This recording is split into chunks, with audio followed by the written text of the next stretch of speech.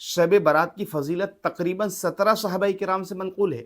इसलिए जो लोग इसका बिल्कुल इनकार करते हैं वो भी गलत हैं, और जो लोग इसकी ज़रूरत से ज़्यादा फजीलत बयान करते हैं वो भी गलत हैं।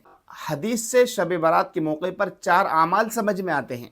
पहला काम यह है कि इस रात के अंदर इबादत की कसरत की जाए, नवाफिल के अंदर, ज़िक्र अस्कार के अंदर, कुरान की तिलावत के अंदर वक्त बिताया जाए, लेकिन इनफरादी तौर पर भीड़ के साथ जमा होकर नहीं। इसका कोई मखसूस तरीक़ा नहीं है। जिस तरीक़े से हम रोज़ाना नमाज पढ़ते हैं इसी तरीक़े से ये भी इबादत कर ली जाए। दूसरा तरीक़ा इसका यह है कि अगले दिन का रोज़ा भी रख लिया जाए, लेकिन ज़रूरी से समझ कर ना रखा जाए।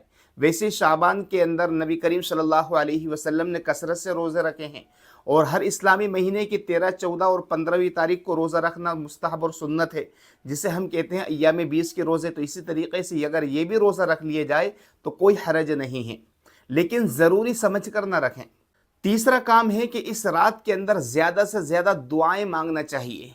अपने लिए मांगना चाहिए, मरहुमीन के लिए मांगना चाहिए, अपने लिए राहत रसानी मांगना चाहिए, अपने लिए मग़फ़िरत तलब करना चाहिए।